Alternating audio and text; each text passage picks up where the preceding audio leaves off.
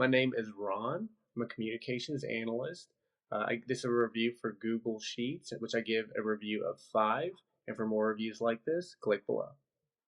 We store a lot of different types of data in our Google Sheets. We store everything from social media metrics and monthly engagement tracking to email tracking and really essentially it is one of our primary content management tools, and we honestly use it in conjunction with our CRM, and it's just as helpful.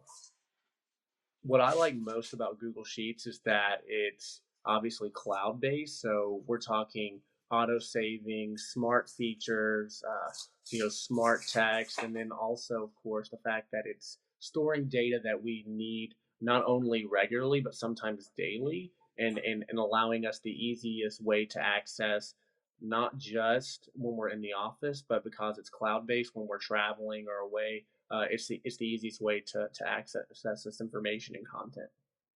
What I like least, and it's not even really a con, it's just that it obviously with Google being Google, it's hard to have this software as a plugin for other features, especially again I mentioned our CRM.